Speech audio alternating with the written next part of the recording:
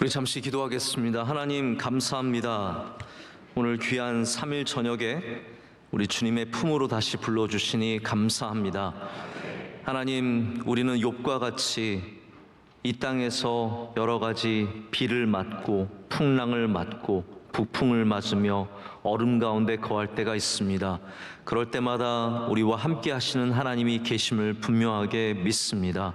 오늘도 주님의 말씀에 귀를 기울일 때 인생길을 걸어가는 모든 사람들이 주의 위로를 받게 하시고, 또 주님께서 말씀하실 때 우리의 영혼이 깨어나며 또한 우리에게 맡기신 사명을 감당할 수 있는 힘과 능력을 다 허락해 주실 줄로 믿습니다.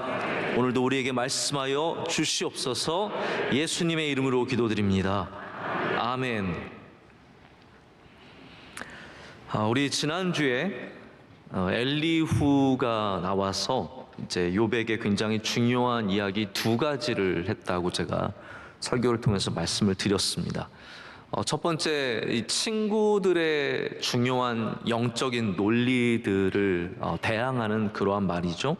욥이 왜 의로움에 대해서 이렇게 집착하느냐? 친구들이 말하는 그 주장이 틀린 것을 얘기합니다. 왜냐하면 친구들은 뭐라고 얘기했냐면, 욥이 갖고 있는 의로움은 무엇을 받기 위해서 가졌던 의로움, 사탄과 똑같은 입장이죠. 그리고 그렇게 하나님 앞에 잘못했을 때 받았던 벌, 이렇게 딱 의로움과 욥이 갖고 있는 동기와 욥이 갖고 있는 벌의 모습을 이렇게 주장을 했지만, 엘리후는 욥이 갖고 있는 의로움이 무엇을 받기 위해서 하지 않은 것임을 알았습니다. 여러분, 그것만 해도 굉장히 엘리후가 욥을 잘 파악한 것이죠. 무엇을 내가 누리기 위해서, 오늘도 꽃꽂이부 우리 권사님 집사님들이 특순을 아름답게 해주셨는데, 저는 그 생각을 했거든요. 우리 3, 4대 교구죠, 그렇죠?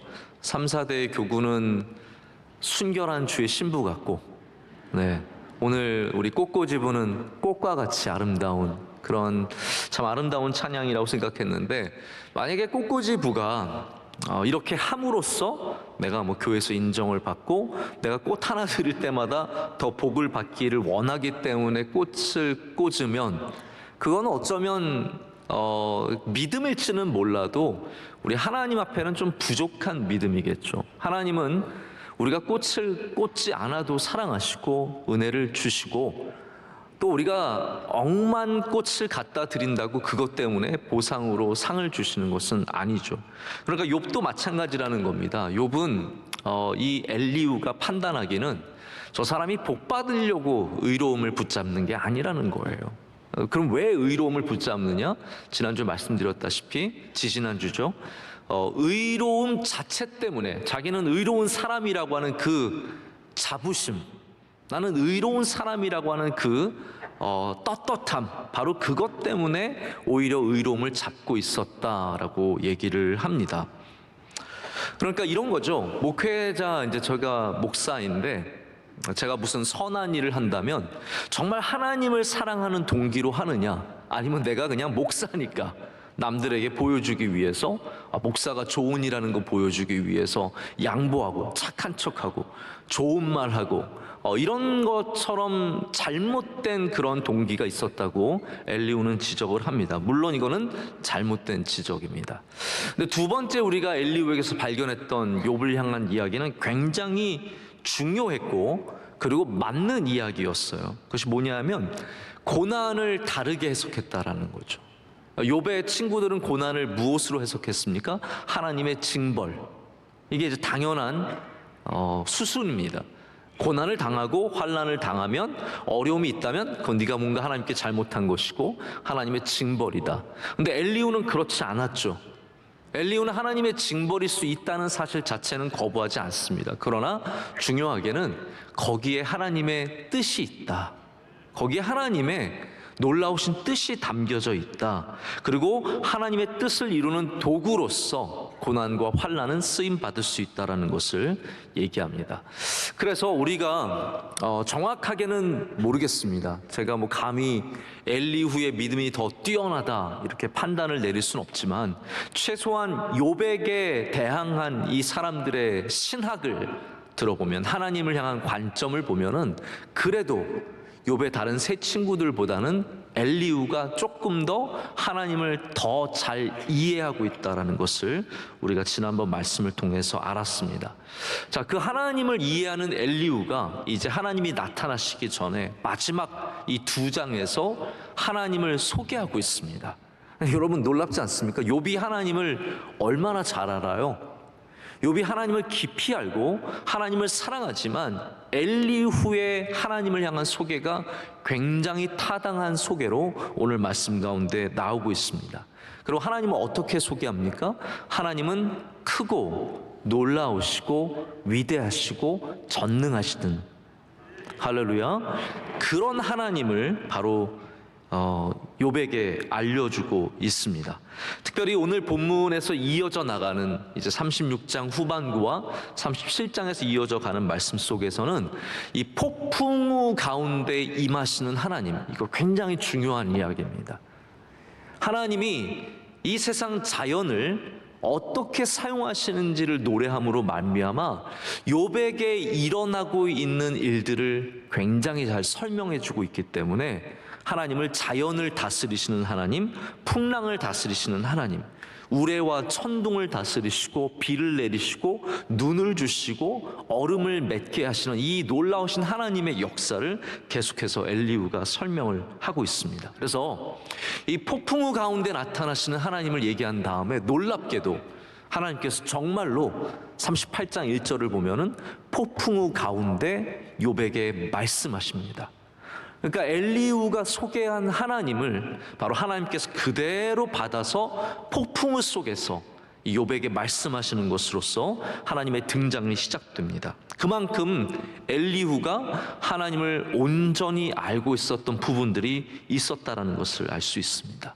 자, 그러면 이 거대한 자연의 모습들, 이 폭풍우 가운데, 여러분 폭풍이라는 단어를 한번 계속해서 상기해 보세요. 이 단어가 하나님의 어떠한 부분을 우리에게 말해주고 있는지 한번 좀 생각을 해보셨으면 좋겠습니다. 왜냐하면 하나님은 분명히 우리에게 따뜻한 햇빛을 내려주시는 분이세요. 할렐루야. 따뜻한 햇볕. 여러분 겨울에 오늘 좀 따뜻했죠? 좋으셨죠? 햇볕이 비치고 좀 이렇게 따뜻해지니까 잠바가 막 뜨거워서 잠바를 벗게 되면서 얼마나 한 5도만 10도만 올라가도 얼마나 따뜻한지 모릅니다. 그래서 우리는 어떻게 보면 추운 북풍보다는 우리의 몸을 말려줄 수 있는 남풍을 더 원하게 되는 거죠. 근데 하나님은, 놀라우신 하나님은 폭풍 가운데도 역사하신다는 것입니다.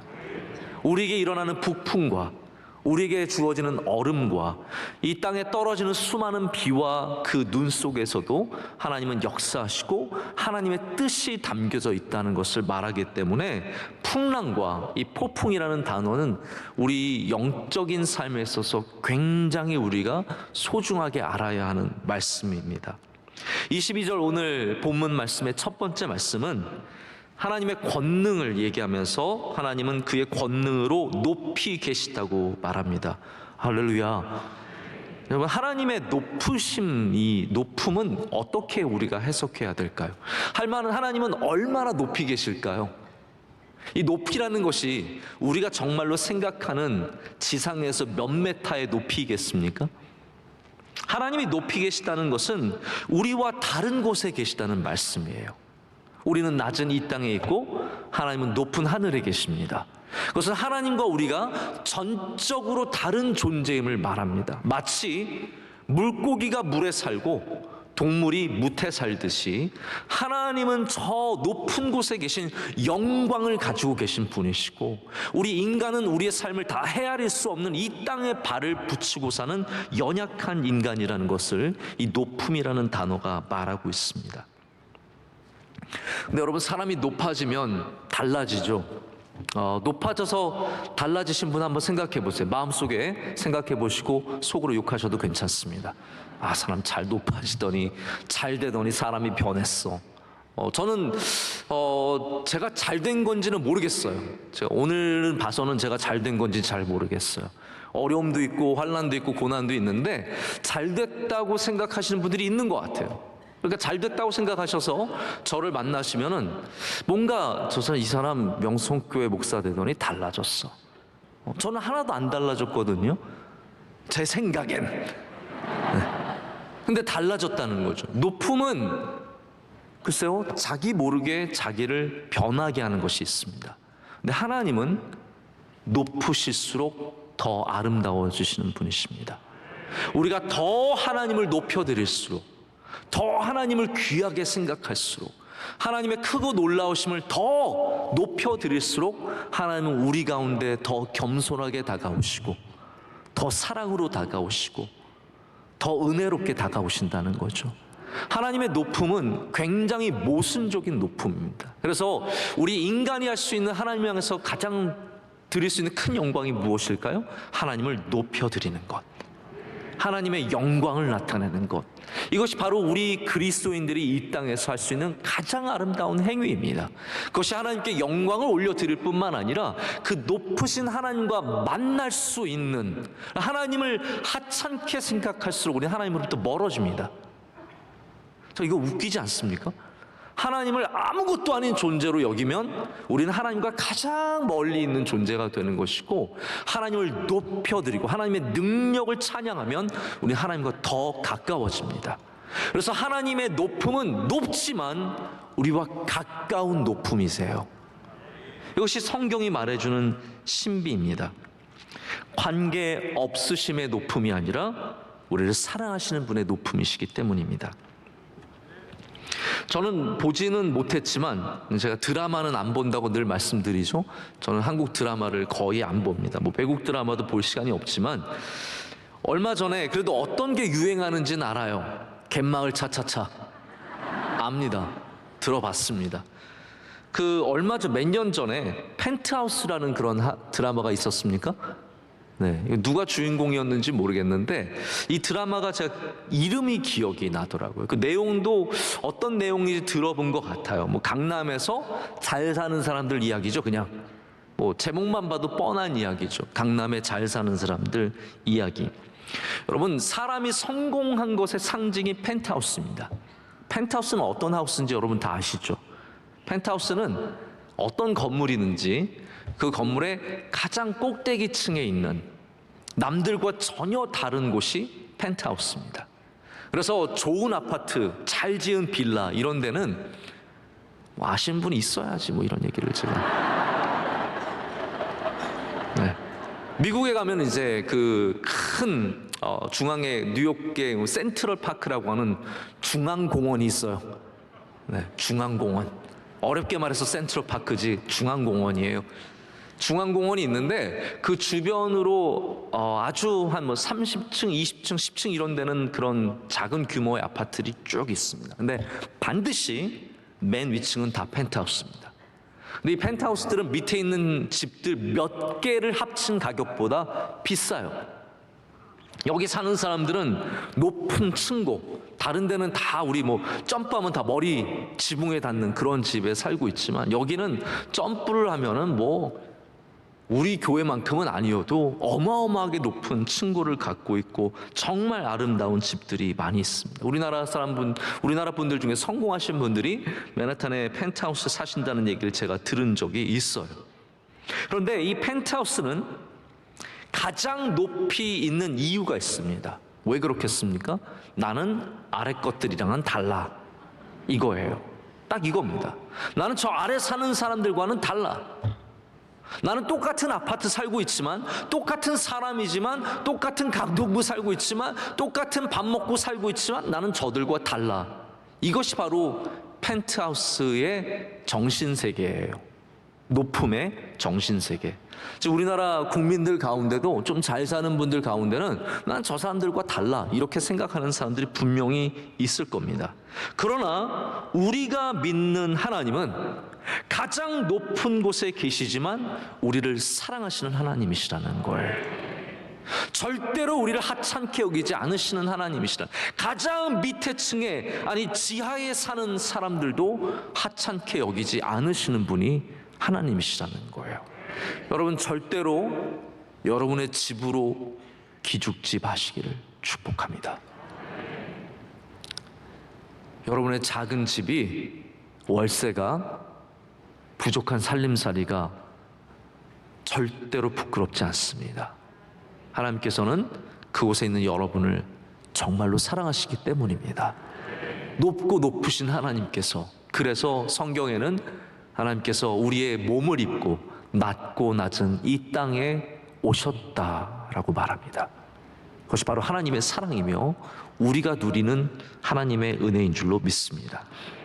그래서 우리는 이 높으신 하나님을 반드시 믿음으로 고백할 수 있어야 합니다. 찰스 스윈들 목사님의 책에 나오는 이야기를 제가 한 가지 소개하고자 합니다. 반하우스라고 하는 목사님이 계셨대요. 이분은 1917년에 프린스턴 신학교를 졸업한 목사님입니다. 시카고의 제10 장로교회, 여러분 옛날에는 그냥 번호로 교회를 매겼어요. 그리고 제1장로교회가 첫 번째 세워진 장로교회, 제2장로교회 이렇게 가요. 시카고는 정말로 제30까지 있나 하여튼 막 그렇게 쭉쭉 가요. 넘버로 가는데 이분은 제10 시카고 장로교회를 섬기는 목사님이었습니다. 17년에 졸업을 하고 12년 후에 모교인 프린스턴 신학교에 채플에 설교하도록 초청을 받게 되었습니다. 당시 여러분 1920년대, 30년대 진짜 옛날 얘기잖아요. 한번 누구를 초청하려면 편지로 주고받고 이게 얼마나 어려운 일이겠습니까? 힘들게 또 시카고에서 뉴저지까지 운전해서 와야죠. 기차를 타든 뭐를 타든 어마어마하게 오래 걸리는 시간입니다. 그렇게 힘들게 학교에 왔습니다. 이분은 굉장히 설교자로서 인정을 받고 있는 분이셨는데 담대한 마음으로 학교를 들어갔지만 막상 채플에 앉아있는 학생들과 자기를 가르쳤던 교수님들을 보니까 떨리는 거예요.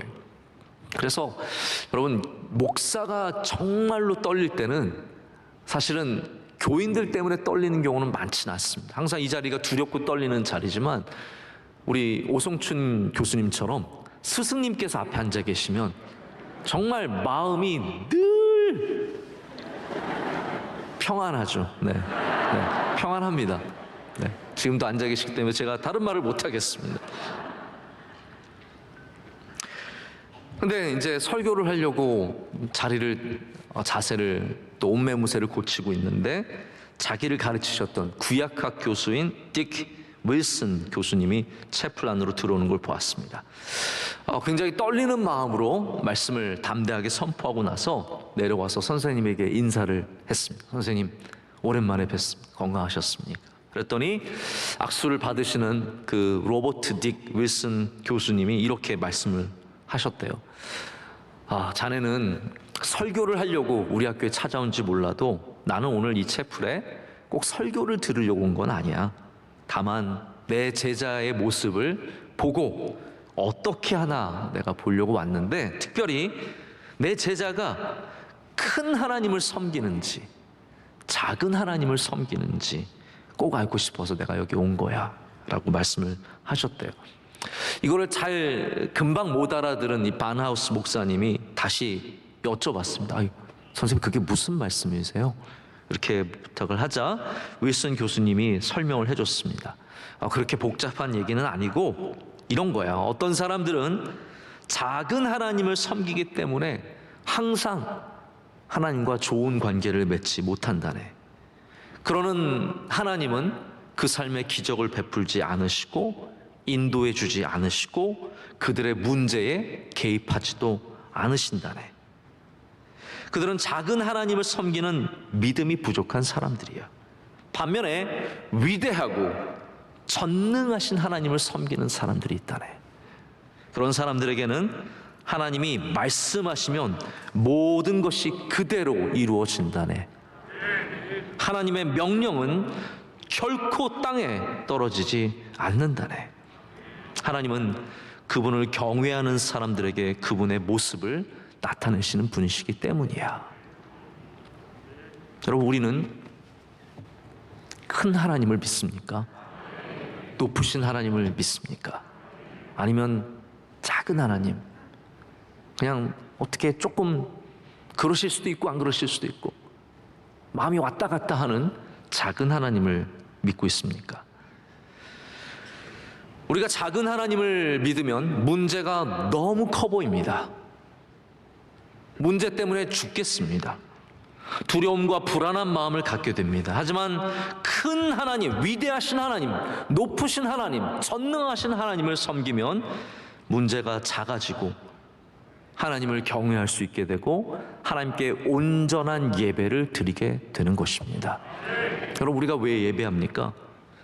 하나님이 크시기 때문에, 하나님 위대하시기 때문에 우리가 예배를 드리고 있습니다. 우리가 왜 찬양합니까? 하나님께서 아름다우시기 때문에, 위대하시기 때문에 하나님을 찬양하고 있습니다. 우리가 다 함께 크신 하나님을 섬기기를 간절히 소망합니다. 여기 크신 하나님을 이야기하는 엘리후가 그 하나님을 온 자연을 다스리는 하나님으로서 소개하고 있습니다. 하나님은 이스라엘의 하나님이 아니라는 거예요. 이게 그 당시의 믿음의 전부였습니다. 이 당시의 믿음은 우리 동네의 신이에요. 그리고 바알이라고 해봤자 뭐 나중에 바알 등장하고 아세라 등장하지 않습니까? 바알은 뭐예요? 그냥 풍요의 신이에요. 그 정도예요. 그러나 여호와 하나님은 어떠한 하나님이십니까? 이스라엘의 하나님이요, 온 세상의 하나님이시며 우주의 하나님이 되시고 우리의 풍요만 책임지시는 분이 아니시라는 거죠. 지금 엘리후는 그걸 말하는 거예요. 그래서 이 믿음이 큰 겁니다. 하나님은 우리의 가정의 하나님만이 아니라, 우리 명성교회만이 하나님이 아니라 온 우주의 하나님이십니다. 온 우주를 다스리시고 그 가운데 오늘도 역사하시는 하나님이시라는 거죠. 그래서 이 비와 눈과 폭랑과 폭풍과 우레와 번개와 이 수많은 것들이 크고 놀라우신 하나님의 다 손안에 있다는 것을 엘리후가 말하고 있습니다. 여러분, 세상은 우리를 자꾸 작은 하나님으로 인도하려고 합니다. 그래서 심지어는 마치 하나님을 우리 명성교회의 하나님으로, 우리 부서의 하나님으로, 나의 하나님으로만 축소시킬 때가 참 많습니다. 그러나 우리는 담대하게 선포해야 합니다. 하나님은 온 우주의 하나님이십니다. 이 땅을 다스리시는 하나님이십니다. 풍요만 다스리시는 것이 아니라 우리의 삶과 죽음과 모든 것 가운데 하나님의 인도하심이 있다라는 거죠. 우리는 날씨를 통해서 하나님의 역사하심을 종종 경험할 때가 있는 것 같습니다. 아마 여러분도 그런 고백을 하신 적이 있으실 거예요. 좋은 날씨를 보고 하나님이 나를 사랑하시는 것 같은 그런 느낌을 받아보신 적 없으세요? 저는 굉장히 그럴 때가 많은 것 같아요. 햇볕이 쨍하면 하나님이 나를 사랑하시나 보다. 비가 오면 하나님 나 오늘 책 읽으라 그러시나 보다. 눈이 오면 하나님 내가 눈 좋아하는 거 어떻게 알고 눈을 이렇게 주시나. 저는 여러분들이 눈 싫어하실 때 저는 눈을 참 좋아합니다. 눈 와서 걱정하실 때 저는 그 눈이 오는 게 너무 행복하고 기쁘고 감사한 거예요. 이 모든 날씨들이 하나님이 역사하시는 것임을 고백할 때가 참 많습니다. 그래서 우리는 야외 행사 있을 때 기도할 때 무슨 기도 많이 해요? 좋은 날씨 놓고 엄청 기도하잖아요. 왜 그렇습니까? 우리는 날씨조차도 하나님께서 다스리는 것을 알고 있고 믿고 있기 때문입니다. 그래서 막 계속 비가 오다가 막 열심히 기도했는데, 통성 기도했는데 다음날 비가 그쳤어요. 할렐루야! 그런 일들 있었어요? 없었어요? 있었어요. 없었다고 하는 사람 거짓말하는 거예요. 기억이 안 나시는 거예요. 하나님의 은혜를 우리가 너무 빨리 잊어요. 하나님이 우리에게 너무나 큰 은혜를 많이 베풀어 주셨습니다. 우리가 눈물로 기도할 때 비를 주시기도 하셨고, 또 하나님 앞에 엎드려 기도할 때 비를 그치기도 하셨습니다.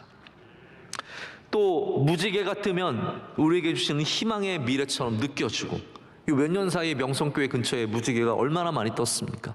뜰 때마다 교인들 사진 막 찍어가지고 좋은 일이 생길 거라고 막 보내고, 막 쌍무지개 뜨면은 그냥 복이 떠블러 온다고 막 그러시면서 좋아하시고 그러셨잖아요. 왜 안 그러신 것처럼 카톡 다 증거 나중에 보세요. 1년 전에 보낸 거 다 있으실 거예요. 우리는 은연중에 하나님께서 이 날씨를 주관하고 계신다는 것을 고백을 합니다.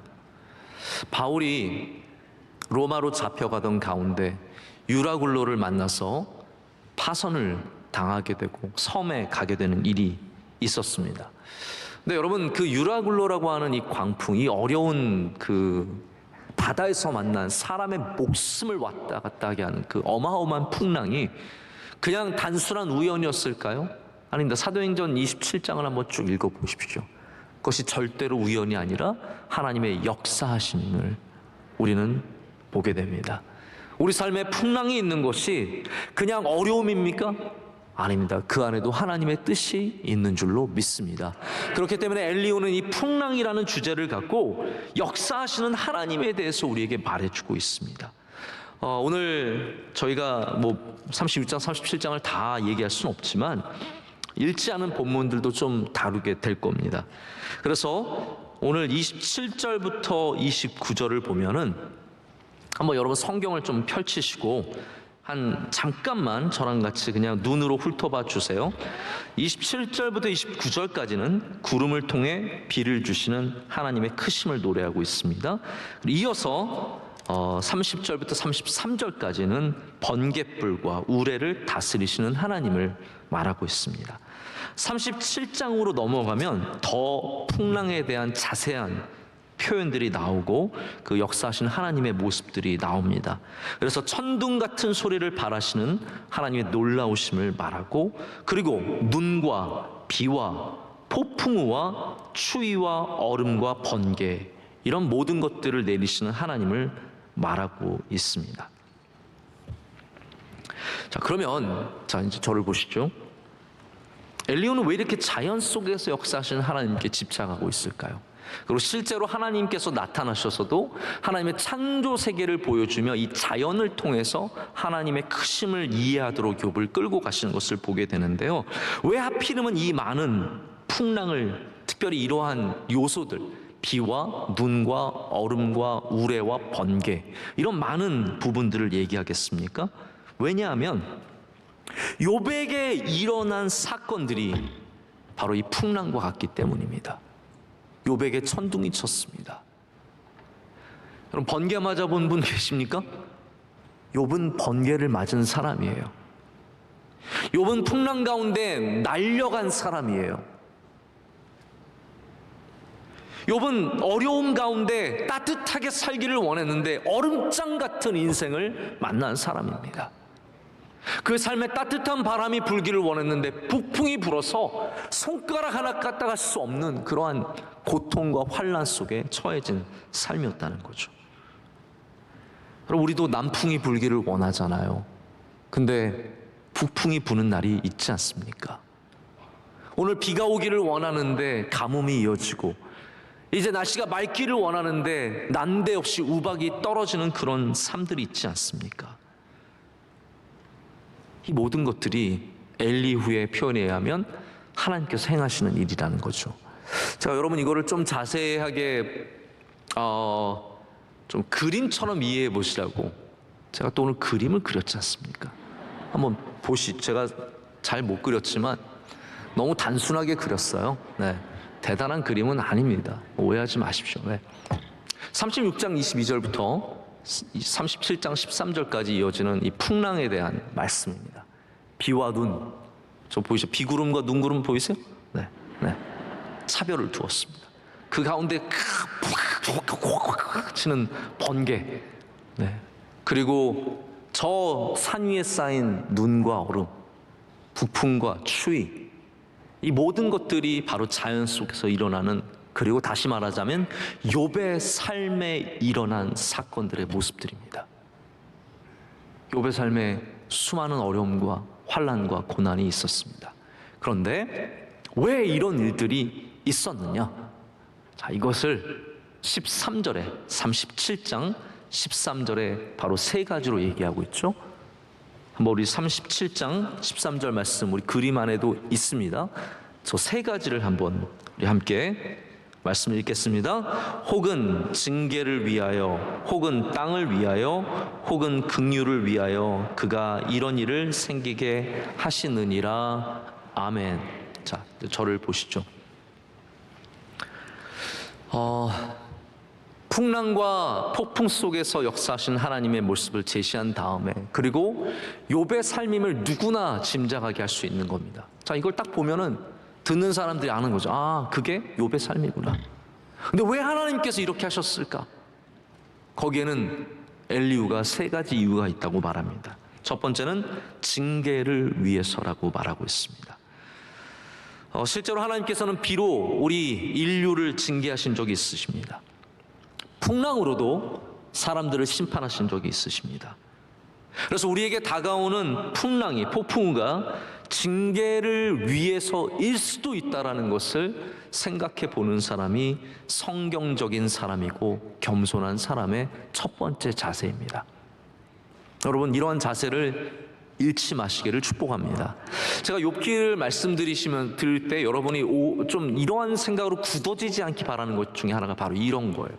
제가 욥기에서 계속해서 친구들을 반박하기 위해서 하나님께서 역사하시는 방법이 죄를 지으면 바로 벌하시는 것은 아니라고 말씀을 드렸어요. 실제로 또한 그렇습니다. 우리의 질병과 우리의 환난과 고난이 그냥 다 우리의 죄에 대한 징벌만은 아니에요. 그렇다면 멀쩡하게 살아가는 사람들은 뭡니까? 죄 안 지은 겁니까? 아니잖아요.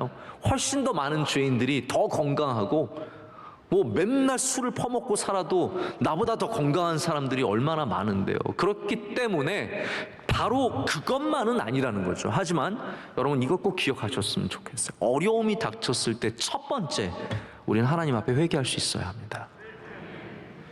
환난과 고난이 닥쳐왔을 때 본능적으로 우리는 하나님 앞에 겸손해져야 합니다. 회개라는 말이 죄를 많이 졌기 때문에 회개하라는 것이 아니라 겸손하기 때문에 회개하라는 거예요. 그 어려움 앞에서 하나님의 징계가 있을 수 있다라는 것, 나의 문제가 많다라는 것, 내가 기도하지 못했다라는 것, 내가 예배 가운데 깨어있지 못했다라는 것, 하나님과 멀어져 있다는 것을 깨닫는 사람이 복 있는 사람이기 때문입니다. 그래서 오늘 말씀에도 이러한 환난과 풍랑과 폭풍들이 징계를 위해서 가능하다는 것을 엘리후는 제시하고 있습니다. 여러분, 엘리후도 그게 다가 아니라고 말했던 사람이잖아요. 그럼에도 불구하고 첫 번째는 뭐냐면 징계라는 중요한 성경적인 원리를 우리에게 가르쳐 주는 것입니다. 하나님께서 우리를 사랑하신다는 이유만으로 사탕으로 우리를 길러내지 않으십니다. 하나님 우리 만날 때마다 사탕 주시는지 아십니까? 아니에요. 하나님이 사탕을 주실 때도 있지만 우리 지난 주일 말씀 나눈 것처럼 우리에게 불을 주실 때도 있는 거예요. 위험한 말씀, 할렐루야. 사탕의 위로의 말씀, 먹고 힘내는 그러한 포도당이 들어오는 말씀도 있지만 받고 나서 불 들어오는, 할렐루야, 역사하시는 그런 말씀도 있다라는 거죠. 그래서 하나님은 우리를 징계하시는 하나님이십니다. 하나님은 사랑이시기 때문에 우리를 징계하십니다. 히브리서 12장 7절에 이렇게 되어 있습니다. 너희가 참음은 징계를 받기 위함이라. 하나님이 아들과 같이 너희를 대우하시나니 어찌 아버지가 징계하지 않는 아들이 있으리요. 아버지이시기 때문에, 사랑하시는 아버지이시기 때문에 징계할 수 있는 가능성을 얘기합니다. 두 번째는 혹은 땅을 위하여라고 말하고 있습니다. 엘리후는 감사한 것이 욥의 친구들처럼 하나님을 일률적으로만 보지 않습니다.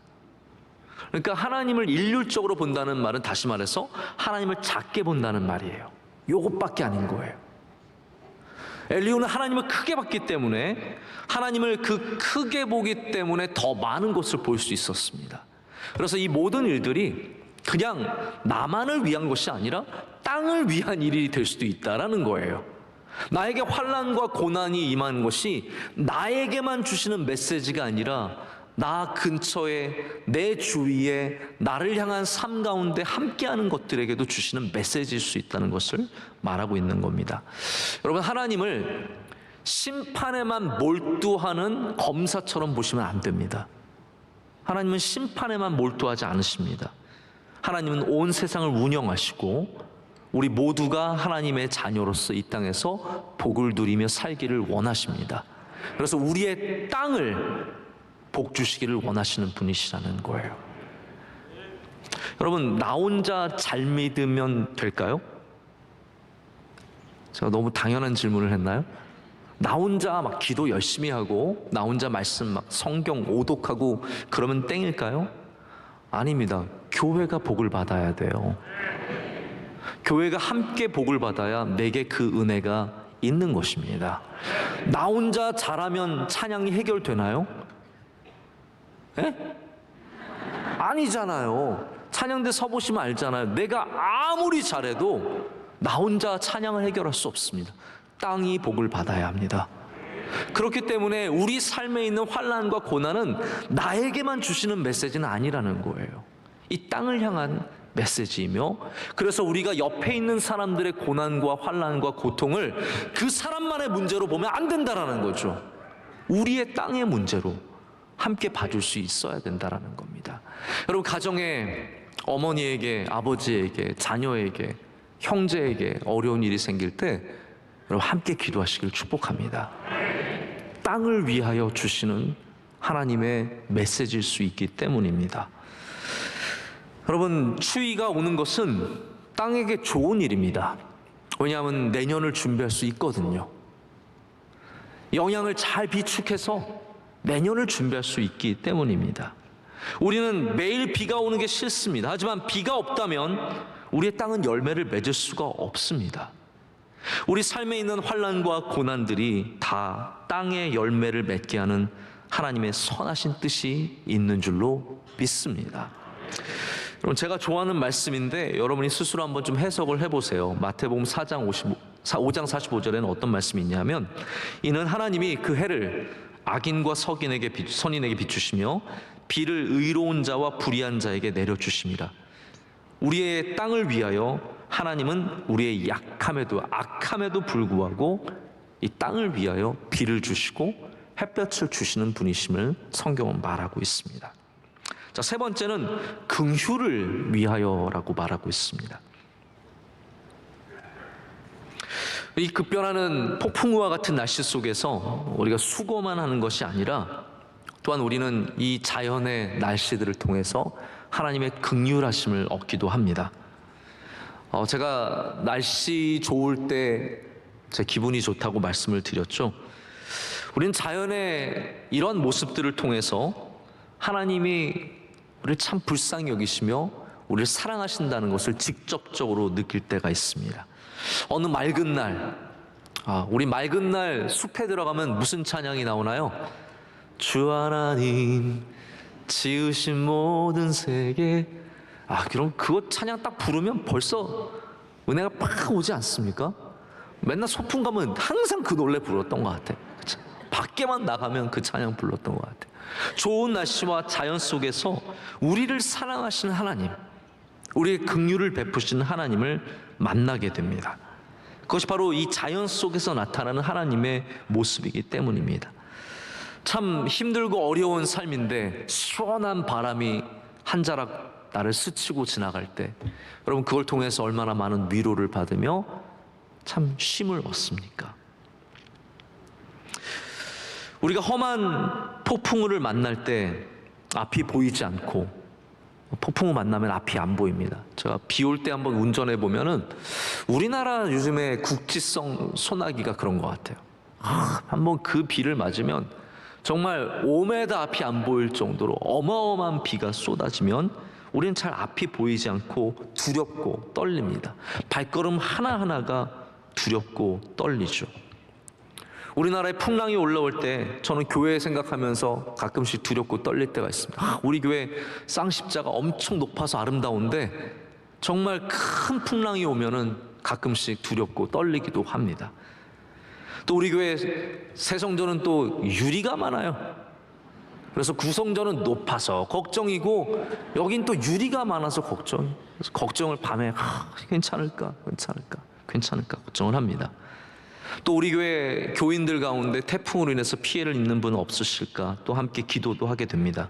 그러나 태풍이 지나간 다음 날 맑은 하늘과 깨끗해진 공기를 마시면서 여기에도 긍휼이 있다라는 것을 느끼게 되죠. 여러분, 풍랑 가운데도 긍휼이 있습니다. 풍랑 가운데도 우리를 인도하신 하나님의 손길이 있습니다. 앞이 보이지 않을 때, 오늘 말씀이 이제 어떻게 이어지냐 하면요, 맑은 하늘로 이제 다시 변해서 그 가운데서 하나님께서 나타나셔서 말씀하실 것을 얘기를 합니다. 그러니까 엘리후는 하나님이 풍랑 속에서 말씀하실 때는 우리가 하나님을 볼 수 없다라는 거예요. 그러나 언젠가 맑은 하늘이 열리는 날 우리는 그 하나님을 만나게 된다라는 겁니다. 그럴 때 우리는 그 하나님이 긍휼의 하나님이시며 사랑의 하나님이시며 은혜의 하나님이심을 알게 되는 줄로 믿습니다. 그래서 요즘에 제가 새벽에 마음에 대한 말씀을 나누고 있었거든요. 혹시 여러분 새벽 예배 나오셨습니까? 제가 지난 금요일에는 낙심하지 말라고 말씀을 드렸고, 어제는 근심하지 말라고 말씀을 드렸고, 오늘은 두 마음을 품지 말라라고 말씀을 나누었습니다. 우리가 낙심하지 말고 근심하지 말아야 할 이유가 있습니다. 우리 하나님의 긍휼하심이 놀랍고 크기 때문인 줄로 믿습니다. 자, 이제 엘리후는 37장 마지막 절까지 하나님의 크고 놀라우심을 이야기한 후에, 그리고 욥이 이제 하나님 앞에 서기만 하라는 것을 얘기합니다. 14절 말씀이거든요.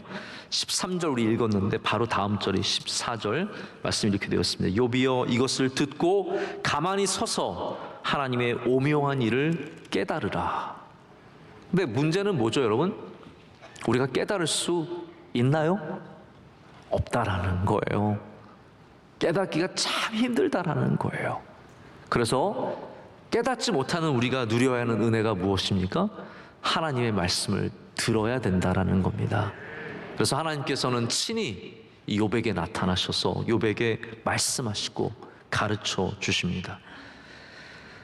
이게 하나님의 역사하심이 이제 맞춰지고 말끔하게 다 하늘이 드러나듯이 하나님이 나타나셔서 그리고 훈계하시고 위로해 주십니다.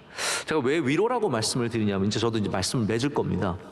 이제 다 말씀을 드렸고 마지막 맺는 이 한 단원만 남았는데, 우리는 욥기의 결말을 알아요. 여러분, 욥기의 결말은 무엇입니까? 다시 아내를 얻고 그 다음에 자식들을 얻고 재산들을 다시 얻는 거예요. 여러분, 이걸 우리가 뭐라고 부르나요? 회복이라고 부르나요? 저는 회복이라고 부르기가 참 어려워요. 왜냐하면 잃어버린 자식을 또 다른 아이를 얻었다고 그것을 회복한다고 말하진 않습니다. 소중했던 가정이 깨어졌는데 뭐 다시 새로운 남편을 얻고 뭐 새로운 아내를 얻고 그래서 다 회복되는 건 아니에요. 저는 이것을 뭐라고 부르고 싶냐면 위로라고 부르고 싶습니다. 하나님이 우리를 위로해 주신다는 거죠. 나오미가 룻이 오벳을 낳은 다음에, 보아스가 오벳을 낳은 다음에 그 오벳을 안고 하나님의 위로하심을 받거든요. 그래서 10아들보다 나은 룻, 아들 다 잃어버렸어요. 모압 땅에 갔다가 완전 싹 다 잃어버리고, 남편도 잃어버리고 아들 둘도 다 잃어버리고, 그래서 기론과 말론 다 잃어버리고 혼자서 쓸쓸하게 며느리와 함께 올라온 거 아닙니까? 어떻게 보면은 여자 욥과 같은 사람이 나오미예요. 다 잃어버린 사람이에요. 근데 하나님께서 마지막에 그를 위로하십니다. 위로예요. 여러분, 우리가 이 세상의 모든 것을 다 회복할 수는 없습니다. 그러나 저는 분명하게 믿는 것은 하나님께서 우리를 위로해 주실 줄로 믿습니다. 우리의 상처를 보듬어 주시고 낫게 하시고 또 그것을 넘어서게 하시고 마침내는 위로하심으로 말미암아 하나님 앞에서는 큰 기쁨을 다 누리게 될 줄로 믿습니다. 오늘 말씀을 통해서 크고 위대하신 하나님, 우리의 이 큰 풍랑 가운데도 역사하신 하나님을 만나시고 그 앞에 겸손하게 서는 저와 여러분이 되기를 간절히 소망합니다.